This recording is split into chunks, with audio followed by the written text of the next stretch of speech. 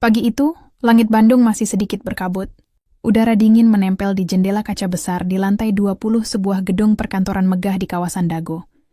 Di dalam ruangan dengan dinding berwarna krem lembut, seorang wanita muda duduk di balik meja besar dari kayu jati.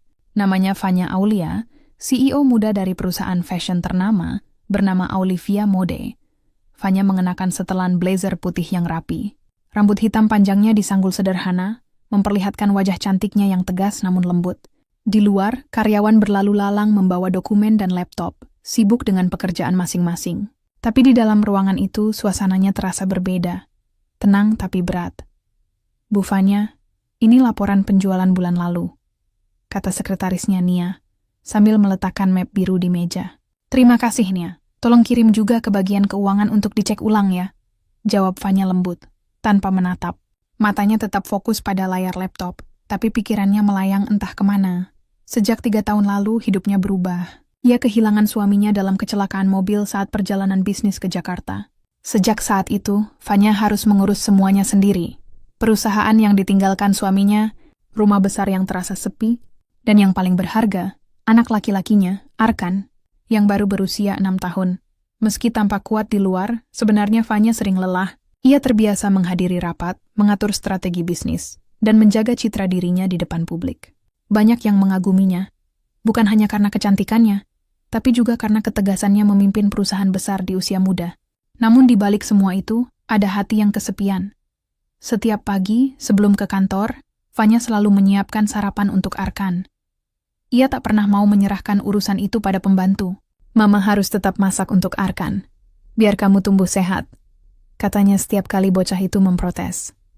Arkan biasanya hanya tersenyum polos, menggigit roti bakar buatan ibunya sambil menonton kartun di ruang makan yang luas. Anak itu adalah alasan Fanya bertahan.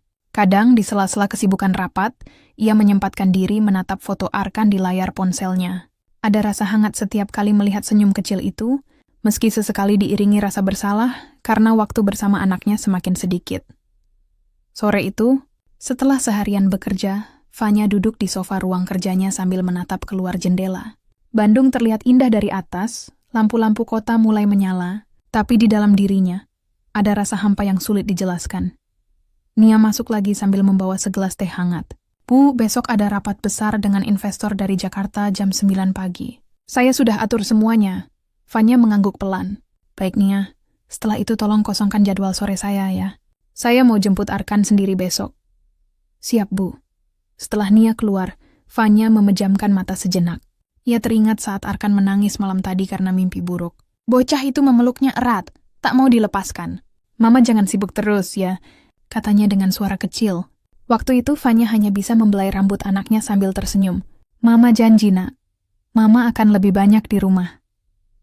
Tapi janji itu belum sempat ditepati. Malamnya, di rumah besar bergaya modern di kawasan Setiabudi, Fanya duduk di ruang tamu dengan laptop di pangkuan. Di sebelahnya Arkan sedang menggambar di atas karpet bulu abu-abu. "Ma, gambar aku bagus nggak?" tanya Arkan polos. Fanya tersenyum dan menatap hasil gambar anaknya.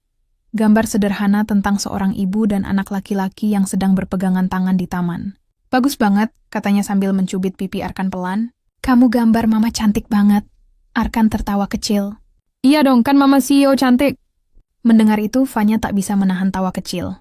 Tapi dalam hatinya, ada perasaan hangat bercampur sedih. "Andai papa kamu masih ada, pasti dia bangga banget lihat kamu sekarang, Nak," ucapnya lirih. Anak kecil itu menatap ibunya dengan mata besar yang jujur. "Mama nggak usah sedih ya. Aku ada kok buat Mama." Kata-kata sederhana itu menembus hati Fanya. Waktu sudah menunjukkan pukul 10 malam. Arkan akhirnya tertidur di sofa. Fanya menatap wajah anaknya lama, lalu menutup laptopnya. Ia menarik selimut dan membaringkan tubuh mungil itu ke kamarnya. Sebelum keluar, ia berbisik pelan. "Mama sayang kamu, Nak. Lebih dari apapun." Ketika ia kembali ke ruang tamu, ponselnya berbunyi. Pesan dari salah satu direktur perusahaan masuk. "Bu, ada masalah di gudang produksi. Kami butuh keputusan segera." Fanya menatap layar itu lama, lalu menarik napas panjang. Ia tahu besok akan jadi hari yang panjang lagi. Malam itu, Fanya belum sempat mematikan lampu ruang tamu. Pikirannya masih melayang pada pesan dari direktur yang baru saja ia baca. Ia tahu, masalah di gudang produksi tidak bisa dibiarkan. Tapi tubuhnya terasa lelah dan matanya mulai berat. Akhirnya ia hanya membalas singkat. Kita bahas besok pagi. Ia lalu berjalan ke kamar, memastikan pintu kamar Arkan tertutup rapat. Anak itu masih tidur pulas, memeluk boneka beruang coklat kesayangannya. Fanya tersenyum tipis, lalu menutup pintu perlahan. Keesokan paginya, udara Bandung terasa segar. Matahari mulai menembus tirai jendela, menandakan hari baru dimulai. Fanya bangun lebih pagi dari biasanya, menyiapkan sarapan untuk Arkan, roti bakar keju dan susu hangat, menu favorit anak itu. Sambil menyiapkan bekal, ia menatap jam di dinding. Sudah pukul 6:30. Arkan, ayo bangun nak, panggilnya dari dapur. Tak lama kemudian, langkah kecil terdengar dari arah kamar. Arkan datang sambil mengucek mata. Mama, aku masih ngantuk. Bangun dulu, sayang. Nanti telat sekolah. Anak itu akhirnya duduk di meja makan, menguap lebar sebelum mulai makan. Hari itu, Fanya berencana mengantar Arkan ke sekolah sendiri. Sesuatu yang sudah lama tidak ia lakukan. Ia ingin menepati janjinya semalam. Sambil menyalakan mobil putihnya, ia tersenyum kecil melihat wajah anaknya yang ceria duduk di kursi belakang sambil bernyanyi pelan. Arkan senang mama antar? Tanya Fanya sambil menatap dari kaca spion. Anak itu mengangguk semangat. Senang banget. Mama kan sibuk terus, sekarang aku senang mama bareng aku. Fanya tertawa kecil. Mulai sekarang mama bakal sering antar kamu, ya. Perjalanan menuju sekolah berjalan lancar. Jalan Dago pagi itu cukup ramai, tapi cuacanya cerah. Fanya menurunkan Arkan di depan gerbang sekolah dasar yang dikelilingi taman kecil. Jangan lupa makan siang ya. Mama jemput sore nanti. Iya, Ma. Jawab Arkan riang sambil melambaikan tangan sebelum berlari ke dalam. Setelah itu, Fanya langsung menuju kantor. Rapat dengan investor berjalan padat hingga siang hari. Tapi pikirannya beberapa kali melayang ke Arkan. Ia bahkan sempat tersenyum sendiri saat melihat bekal anaknya masih di atas meja kerjanya, karena tadi pagi terburu-buru. Sekitar pukul 3 sore, Fanya memutuskan untuk menutup rapat lebih awal. Saya harus pergi. Tolong lanjutkan dengan tim keuangan. Saya ada urusan pribadi, katanya dengan suara lembut namun tegas. Semua bawahan mengangguk mengerti. Mereka tahu, urusan pribadi bagi seorang CEO seperti Fanya bukan hal sepele. Ia menyalakan mobil dan segera melaju ke sekolah Arkan. Tapi begitu sampai di sana, suasananya tidak seperti biasa. Di depan gerbang, beberapa orang tua berdiri dengan wajah cemas. Guru-guru tampak sibuk berbicara satu sama lain. Fanya menurunkan kaca mobilnya. Permisi, ada apa ya? Tanyanya pada seorang guru yang lewat. Guru itu menatapnya ragu. Bu Fanya, Arkan belum ditemukan.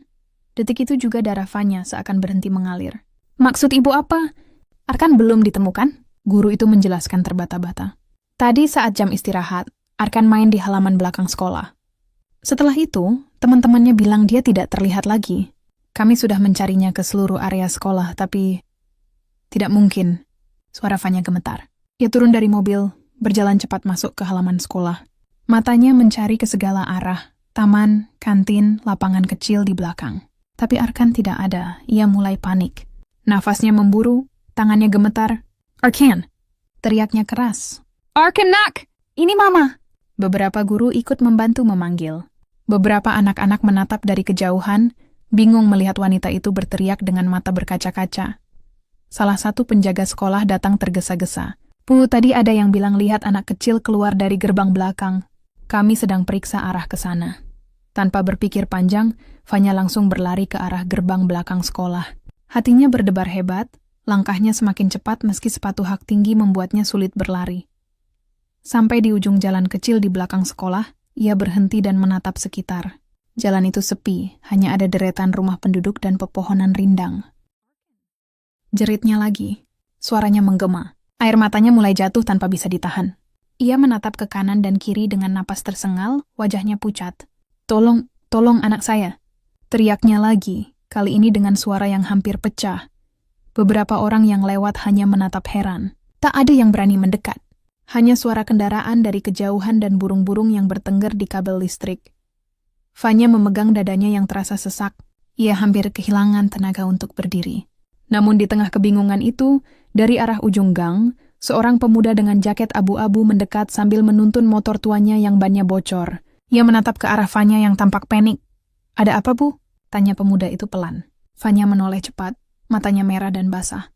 Anak saya, Anak saya hilang. Tolong bantu saya. Pemuda itu, Galih, segera meletakkan motornya di pinggir jalan.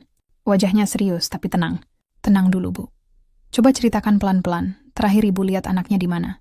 Fanya mencoba mengatur napas, tapi suaranya bergetar. Di sekolah. Arkan tadi main di halaman belakang terus. Dia nggak ada. Tolong saya mohon bantu saya cari anak saya. Galih mengangguk mantap. Baik, Bu, kita cari sama-sama. Ibu ikut saya ya. Ia menatap ke arah jalan menurun di samping sekolah. Sebuah area yang jarang dilewati, penuh semak dan pepohonan. Mungkin anak ibu ke arah sana, katanya sambil mulai berjalan cepat. Fanya mengikuti di belakang, matanya masih mencari ke segala arah. Dalam hatinya ia berdoa lirih. Ia tidak tahu siapa pemuda itu, tapi di tengah kepanikan dan rasa takut yang menyelimuti, satu hal terasa jelas. Harapannya kini ada di tangan orang asing yang bahkan belum ia kenal. Fanya menatap punggung pemuda itu yang berjalan cepat menyusuri jalan menurun di samping sekolah. Nafasnya masih memburu, sepatu haknya mulai kotor terkena tanah dan dedaunan. Tapi ia tak peduli. Bu, hati-hati, jalannya agak licin, ucap Galih tanpa menoleh. Suaranya tenang, berbeda dengan kepanikan di dada Fanya. Pemuda itu menyingkirkan ranting dan daun yang menghalangi jalan, lalu menunduk memeriksa bekas jejak di tanah basah. Ada bekas sepatu kecil di sini, katanya sambil menunjuk tanah. Mungkin anak ibu lewat sini. Fanya langsung mendekat. Iya, mungkin itu Arkan. Sepatunya warna biru. Galih mengangguk, lalu berjalan lebih cepat. Matanya awas mengamati sekitar. Jalan itu berakhir di sebuah lapangan kecil di belakang perumahan. Ada parit dangkal di sisi kiri dan beberapa pohon besar menjulang. Arkan, teriak Fanya lagi dengan suara parau. Nak, kamu di mana? Hanya angin yang menjawab. Galih memperhatikan arah parit, lalu menuruni tebing kecil di tepinya. Ibu tunggu di atas, saya lihat ke bawah. Tidak. Saya ikut. Fanya menolak tegas meski kakinya sudah gemetar. Ia menuruni tebing kecil itu sambil berpegangan pada ranting. Begitu sampai di bawah, mereka mendengar suara samar, seperti tangisan kecil. Fanya terdiam sejenak, menajamkan telinganya. Gali, kamu dengar? Suaranya nyaris berbisik. Pemuda itu mengangguk, lalu berlari kecil ke arah sumber suara. Di balik semak-semak, mereka menemukan sosok kecil duduk memeluk lutut, baju seragamnya kotor penuh tanah. Arkan, jerit Fanya langsung berlari dan memeluk anaknya erat. Air matanya tumpah tanpa bisa ditahan. Mama di sini, nak. Mama di sini. Arkan menangis keras sambil memeluk balik ibunya. Aku jatuh, Ma. Aku takut. Ada suara aneh tadi. Galih ikut mendekat, memastikan anak itu tidak terluka parah. Syukurlah dia cuma lecet sedikit di lutut, katanya sambil berjongkok. Ia mengambil botol air dari tas kecil di motornya dan membersihkan luka kecil itu. Fanya menatap Galih penuh rasa terima kasih. Terima kasih. Terima kasih banyak. Kalau kamu nggak datang, mungkin aku nggak akan nemuin anakku. Galih tersenyum kecil. Nggak apa-apa, Bu. Saya cuman kebetulan lewat. Mereka bertiga akhirnya naik kembali ke atas. Galih membantu Fanya menyeimbangkan diri, bahkan sempat memegang tangannya agar tidak terpeleset. Saat tiba di jalan raya, Fanya memeluk Arkan lagi. Anak itu mulai tenang, hanya sesekali terisak. Bu, mungkin sebaiknya ibu bawa anaknya periksa ke klinik dulu. Saya tahu tempatnya, nggak jauh dari sini, kata Galih sopan. Fanya mengangguk. Iya, tolong antar kami ya. Galih mengambil motornya yang ditinggal di pinggir jalan. Ban belakangnya memang kempis, tapi ia tetap memakainya pelan-pelan. Saya jalan pelan aja, Bu. Ibu bisa ikut mobil di belakang saya. Nanti saya tunjukkan arah kliniknya. Fanya langsung menghidupkan mobil dan mengikuti dari belakang. Dalam perjalanan pikirannya masih berantakan. Ia belum sempat menanyakan siapa sebenarnya pemuda itu. Tapi satu hal ia tahu. Tanpa kehadirannya, mungkin ia sudah kehilangan Arkan. Sekitar 10 menit kemudian, mereka tiba di sebuah klinik kecil di pinggiran Dago.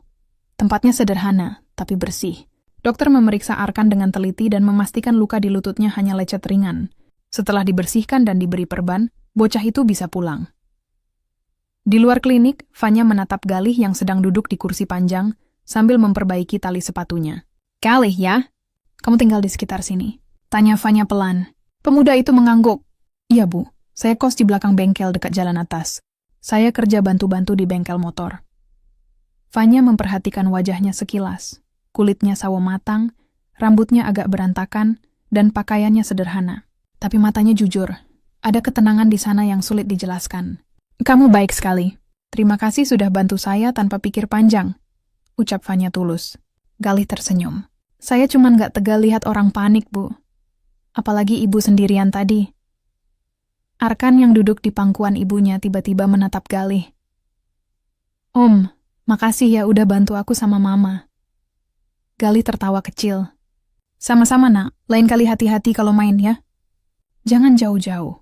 Iya Om, jawab Arkan polos sambil tersenyum. Saat itu Fanya merasa sesuatu yang aneh di dadanya. Rasa lega, campur haru, bercampur dengan sesuatu yang belum bisa ia jelaskan. Entah karena bantuan tulus pemuda itu, atau karena ketenangan yang ia rasakan di hadapannya. Kalau kamu nggak keberatan, kata Fanya pelan, saya ingin kasih sesuatu sebagai tanda terima kasih. Galih langsung menggeleng. Nggak usah, Bu. Saya bantu tulus, bukan karena mau apa-apa. Yang penting anak ibu selamat. Tapi, sungguh, Bu. Potong Galih sopan. Buat saya itu sudah cukup. Fanya terdiam. Dalam hatinya ia kagum. Di dunia yang penuh dengan orang yang mengejar keuntungan, masih ada seseorang yang menolong tanpa pamrih. Arkan menggenggam tangan ibunya, lalu berbisik. Mah, Om Galih baik banget ya. Fanya mengangguk sambil tersenyum lembut. Iya, sayang. Baik sekali. Saat Galih pamit, Fanya sempat menatap punggungnya yang menjauh dengan motor tuanya. Ada rasa ingin mengenal lebih dalam siapa sebenarnya pemuda itu. Sebelum masuk mobil, Fanya menatap ke langit yang mulai jingga. Hari itu penuh kejutan. Dimulai dengan kepanikan dan berakhir dengan rasa syukur yang tak terkira. Ia menatap Arkan yang tertidur di kursi belakang, wajahnya tenang. Dalam hati Fanya berbisik, terima kasih Tuhan, karena telah mengirimkan seseorang di saat aku paling membutuhkan. Sejak hari itu, nama Galih terus terlintas di benak Fanya. Malam-malamnya yang biasanya diisi dengan membaca laporan perusahaan kini, sering diiringi oleh kenangan singkat di hari ketika anaknya hilang. Ia masih bisa membayangkan wajah pemuda itu. Tenang, sederhana, dan penuh ketulusan. Beberapa hari berlalu. Kehidupan Fanya kembali ke rutinitas semula. Rapat, telepon, dan tumpukan pekerjaan. Namun kali ini ada yang berbeda. Setiap kali melihat Arkan tersenyum, ia selalu teringat pada seseorang yang pernah menyelamatkan senyum itu.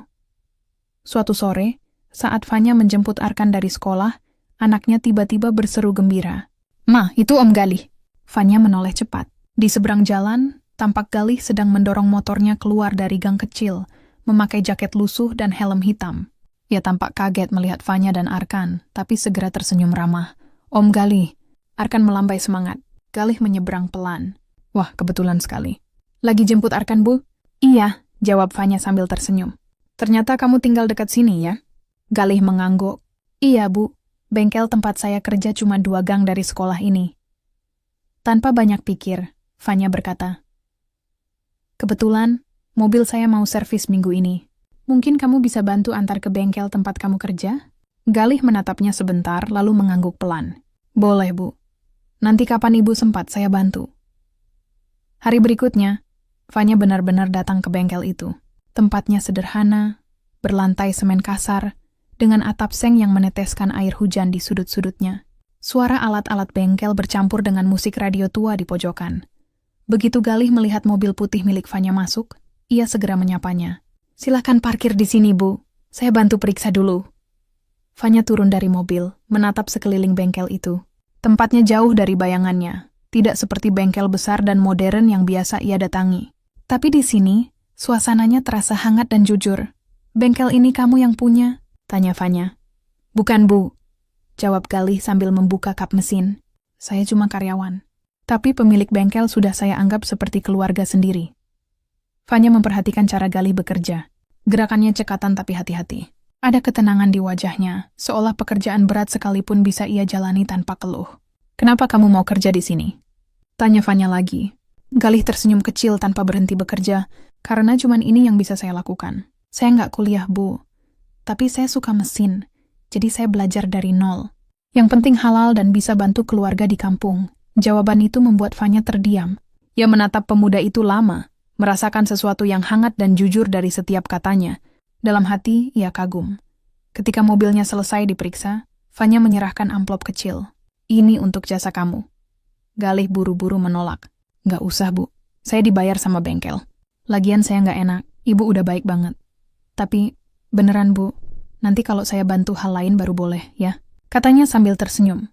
Fanya akhirnya tertawa kecil. Baiklah, saya ingat itu. Hari itu, entah kenapa, ia merasa lebih ringan. Suasana bengkel sederhana itu, bau oli dan tawa para pekerja, justru membuatnya merasa lebih hidup daripada di kantor yang mewah dan dingin. Beberapa hari kemudian, Arkan kembali bercerita. Ma, tadi aku ketemu Om Galih di jalan. Om bantuin temanku yang sepedanya jatuh. Fanya hanya tersenyum mendengar cerita anaknya. Om Galih memang baik ya? Iya. Aku pengen Om Galih main ke rumah, kata Arkan polos. Fanya terdiam sejenak.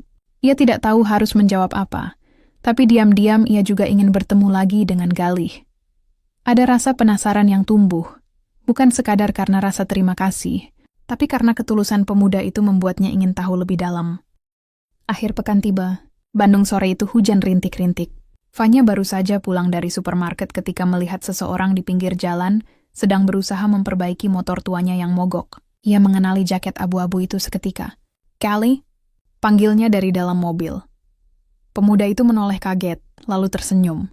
Oh, Bu Vanya, hujan-hujan begini malah mogok. Masuk mobil aja dulu, nanti basah, kata Fanya cepat. Galih sempat menolak tapi akhirnya menuruti.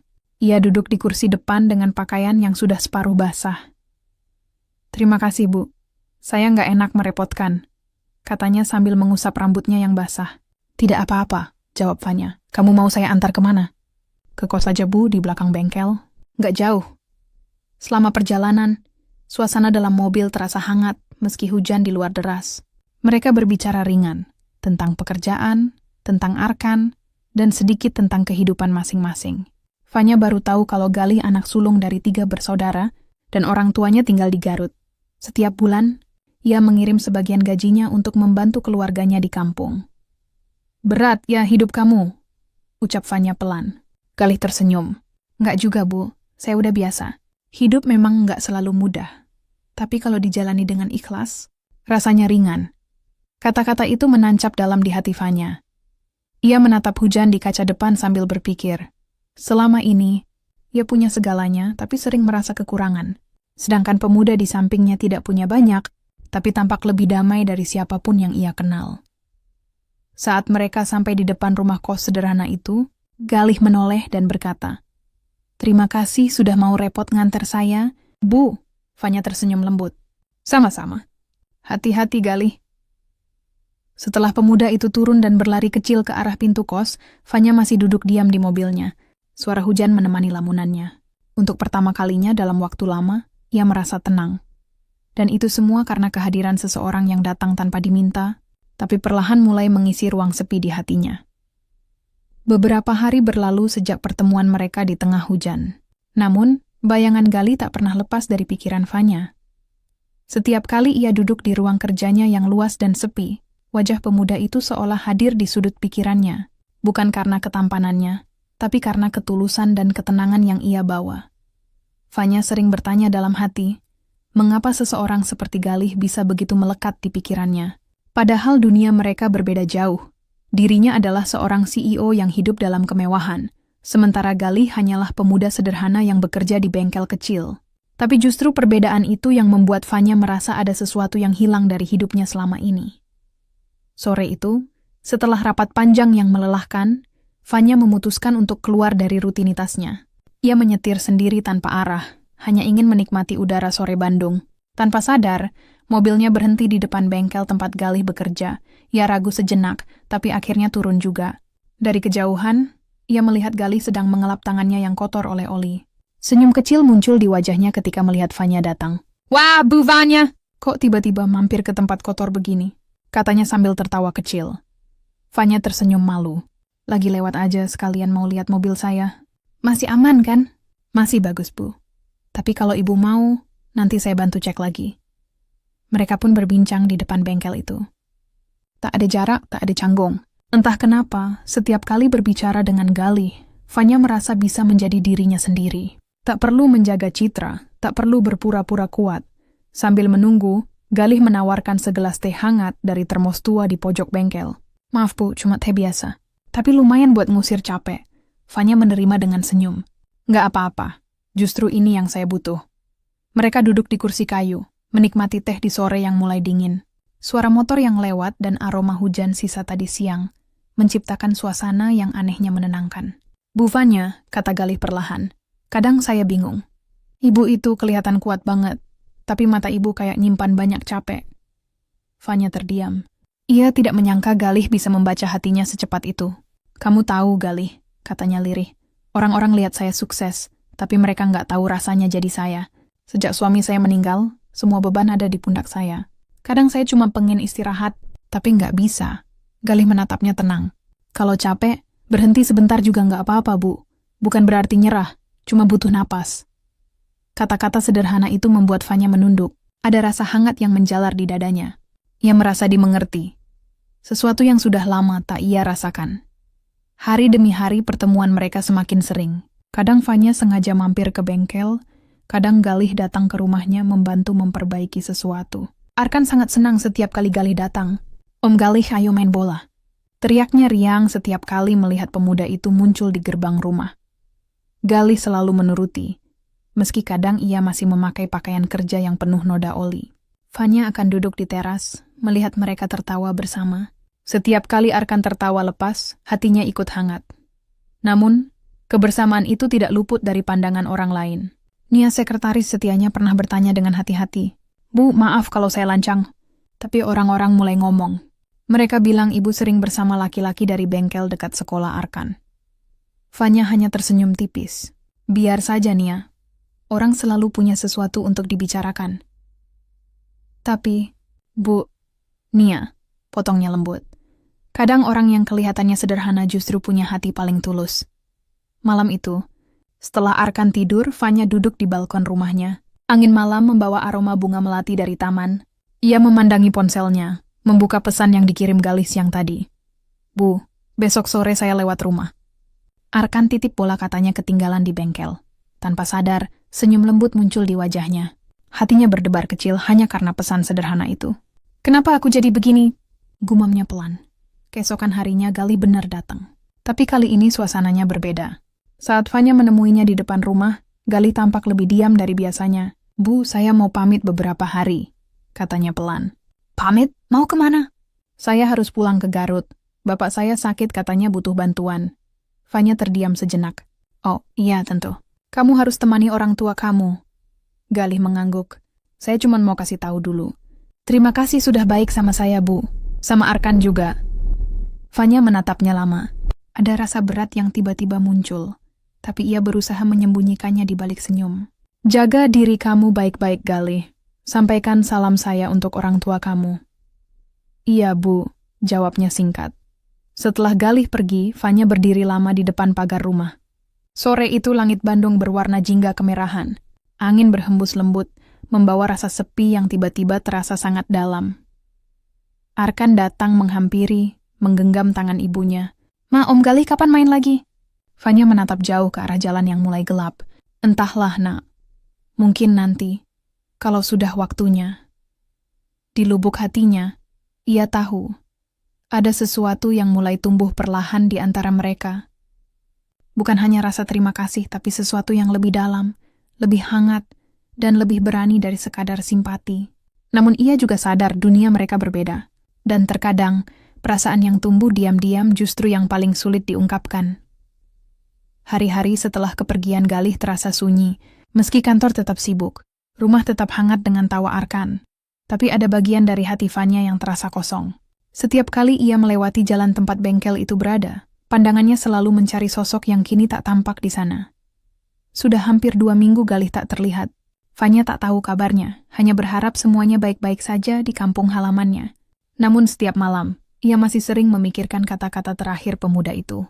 "Terima kasih sudah baik sama saya, Bu." Suatu sore, ketika Fanya baru pulang dari kantor, Arkan berlari menghampiri dengan wajah berbinar. "Mana Om Galih kirim surat?"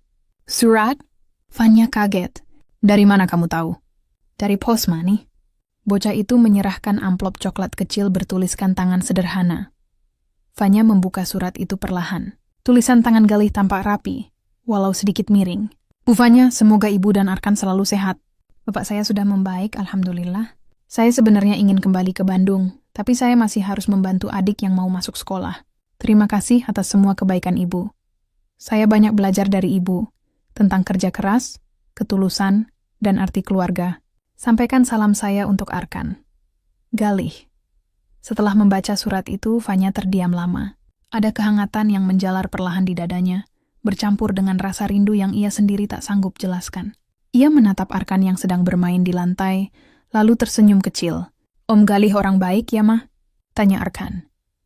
Fanya mengangguk. Iya, Nak. Sangat baik. Hari terus berjalan. Bulan berganti. Fanya kembali sibuk dengan urusan bisnis. Tapi entah mengapa semangatnya berbeda. Ia tak lagi bekerja sekadar untuk mengejar angka atau keuntungan.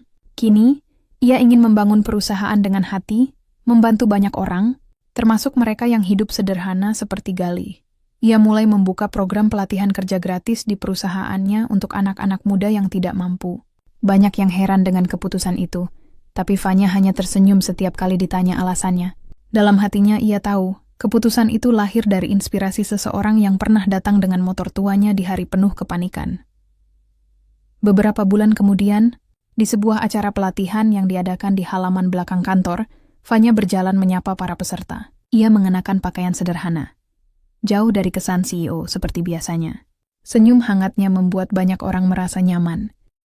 Namun langkahnya berhenti ketika matanya menangkap satu sosok di antara kerumunan. Seorang pemuda dengan wajah yang sangat ia kenal sedang memperbaiki mesin pelatihan di pojok halaman. Jaket abu-abu itu, senyum tenang itu, Galih. Bisiknya lirih. Pemuda itu menoleh. Dan untuk beberapa detik, waktu seakan berhenti. Galih berdiri dan tersenyum sopan. Bu Fanya. Fanya melangkah pelan mendekatinya. Kamu sudah balik ke Bandung? Iya, Bu, jawabnya. Bapak sudah sembuh. Saya dengar ada program pelatihan di perusahaan Ibu. Saya daftar. Siapa tahu bisa belajar lebih banyak. Fanya menatapnya lama. Ada rasa haru yang menyesak di dada. Saya senang kamu datang, Galih. Saya juga senang bisa lihat Ibu lagi. Balasnya dengan suara pelan namun tulus. Mereka berbicara lama sore itu. Arkan yang ikut datang berlari memeluk Galih dengan gembira. Om, aku kangen. Galih tertawa lepas, mengacak rambut bocah itu. Aku juga, Nak. Kamu tambah tinggi ya sekarang. Sejak saat itu, Galih kembali menjadi bagian kecil dalam kehidupan Fanya dan Arkan. Tapi kali ini berbeda. Bukan sebagai orang asing yang datang menolong, melainkan seseorang yang kini berjalan berdampingan dengan mereka, meski perlahan. Hubungan mereka tumbuh dalam kesederhanaan. Tak ada janji besar, tak ada kata-kata romantis. Hanya perhatian-perhatian kecil yang membuat hari-hari terasa berarti. Kadang Galih datang ke rumah membawa gorengan hangat untuk Arkan. Kadang Fanya mengantarnya pulang selepas pelatihan sambil berbagi cerita ringan tentang hidup. Namun dunia luar tak berhenti berbisik. Beberapa rekan bisnis Fanya mulai membicarakannya di belakang. CEO cantik bergaul dengan mekanik bengkel? Tidak pantas, begitu kata mereka. Tapi kali ini Fanya tidak peduli. Ia sudah terlalu lama hidup demi pandangan orang lain. Kini ia ingin hidup dengan hatinya sendiri. Suatu sore di taman rumah, Galih duduk di bangku batu sambil menemani Arkan bermain bola. Fanya datang membawa 2 cangkir teh hangat. Galih, katanya pelan sambil duduk di sebelahnya. Aku dulu takut sekali dengan pandangan orang. Tapi sejak kamu datang aku belajar sesuatu. Apa itu, Bu? Bahwa kebahagiaan gak selalu datang dari hal besar. Kadang cukup dari hal kecil. Seperti teh hangat dan obrolan sederhana. Galih tersenyum. Saya juga belajar banyak dari Ibu. Tentang keberanian. Keberanian? Iya, keberanian untuk tetap jadi diri sendiri. Meski orang lain tidak mengerti. Hening sejenak. Angin sore Bandung berhembus lembut. Fanya menatap wajah pemuda itu. Bukan lagi dengan rasa ragu, tapi dengan ketenangan. Galih, katanya pelan. Aku tidak tahu ke depan akan seperti apa. Tapi yang aku tahu, kamu sudah jadi bagian penting dalam hidupku dan Arkan. Galih menunduk, lalu menatapnya dengan mata yang jujur. Saya nggak minta apa-apa, Bu. Saya cuma mau terus ada di sisi kalian. Selama Ibu dan Arkan nggak keberatan. Fanya tersenyum, matanya berkaca-kaca. Bukan cuma tidak keberatan, Galih. Kami bersyukur. Sore itu, langit Bandung berwarna keemasan. Arkan tertawa lepas di halaman, dan di antara tawa anak kecil itu, 2 hati yang berbeda dunia perlahan menemukan tempatnya masing-masing. Mungkin mereka datang dari dunia yang tak seimbang, tapi cinta yang lahir dari ketulusan selalu menemukan jalannya sendiri. Dan di bawah langit senja itu, Fanya Aulia, sang CEO cantik yang dulu kesepian, akhirnya menemukan kedamaian dalam pelukan dunia sederhana milik Galih, pemuda yang datang tanpa diminta, namun membawa arti yang tak tergantikan. Kadang, cinta sejati datang dari tempat yang paling tidak kita sangka. Seperti Vanya dan Galih, dua dunia yang berbeda namun dipertemukan oleh takdir dan kejujuran hati. Karena pada akhirnya, bukan kekayaan atau jabatan yang menentukan kebahagiaan, melainkan hati yang saling mengerti dan siap bertahan bersama. Terima kasih sudah menonton. Jangan lupa like, share, dan subscribe agar tidak ketinggalan kisah inspiratif berikutnya.